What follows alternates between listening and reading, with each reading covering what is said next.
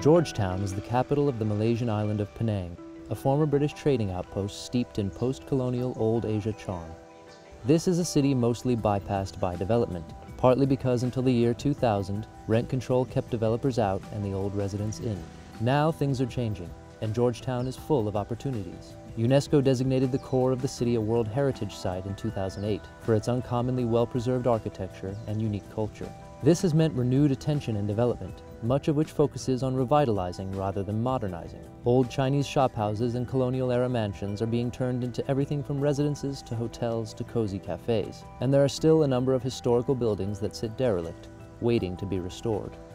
It's people like architect Lawrence Lowe who are leading the charge, investing in properties here with projects in mind but primarily driven by a desire to conserve them. He made sure the bright blue Chong Fat Z mansion was saved from demolition and eventually turned it into a hotel. I started to think about what should Penang be, really asking the question, what will keep Penang the way it is, the way we love it? It's a home away from home for people who come to Penang, for them to sit and experience and live in the place and really go back, take a step back into history. Christopher Ong is a native of Penang who spent 30 years in Australia working as an investment banker before he returned to Asia to restore old houses and turn them into hotels. The first thing he did back in Penang was to turn a crumbling Chinese shophouse into a home full of antiques and tropical foliage. Nearby, he's built Muntree Mews, a mid-range hotel with all the colonial-era trimmings in what used to be a series of horse stables. And he has a few other projects in development around town. A lot of the big cities all look the same now with skyscrapers. This is very unique because in the inner city of Penang, you have these two-story houses and there's like 4,000 of these houses and people still live and work here rather than these being mowed down and skyscrapers going up. It's like a grand old lady that that doesn't need to change very much. Maybe a bit more makeup and a little bit of help, a little bit of nip and tuck. And a number of other buildings have already received careful restoration, like Clove Hall, a former plantation manor that's now a grand but unassuming 6-room hotel. The Love Lane Boutique Hotel, another once derelict property, held its grand opening during our visit. Inside, buildings are typically long and narrow, with inner courtyards that take advantage of Penang's tropical climate, as in the home of artist Rebecca Duckett, who turned her building into an oasis in the center of town. Georgetown, I love it. It's like a village. It really is like a village. So once you get to know all your neighbors, you really get that feeling of being in a small community. Suddenly, what we're getting is lots of young couples, creative young couples, who are renting houses and opening their own little businesses. So it's actually very, very vibrant what's happening.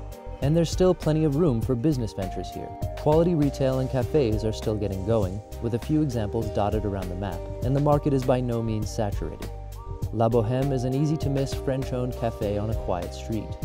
A small shop along Armenian Street sells toys, bicycles, and other goods. Moontree 47 is a cafe on the other side of town that also shows art and offers homestays. What has happened in the last few years is that you have suddenly a lot of Penangites returning to Penang. I'm one of them. What the state wants to do is basically attract more talent into Georgetown, into Penang. And one of the key things for talent is livability, obviously. Livability is still a work in progress here. Streets can be chaotic and sidewalks scarce. But the government has embarked on initiatives to tackle these problems, including diverting traffic away from the UNESCO core zone and working with organizations to keep restoration and development on the right track. Think City works with the government giving grants, over 200 in the last 2 years, to renovate buildings and revitalize public spaces, with an emphasis on maintaining the culture here. The regeneration process cannot be one that's top-down. It must be owned by the people. There must be soul of the people being involved in shaping these things. It's easy for places to build roads and all that's just putting in investment and money. But the harder part is about the software to make sure that you have the right type of people, knowledge and skill sets to then what you call converse and coexist and what you call and shape things to take place.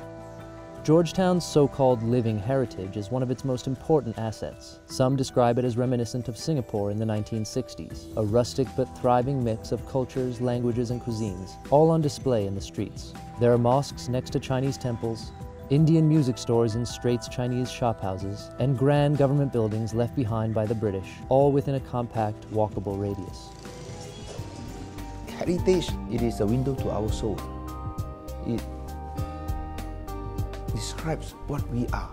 If we can connect with the past, then we can connect with the future. Of course, we must have international standards in terms of conservation, but at the same time, heritage is finally about people. We want to be a living cultural heritage. In Penang, for Monocle, I'm Gabriel Lee.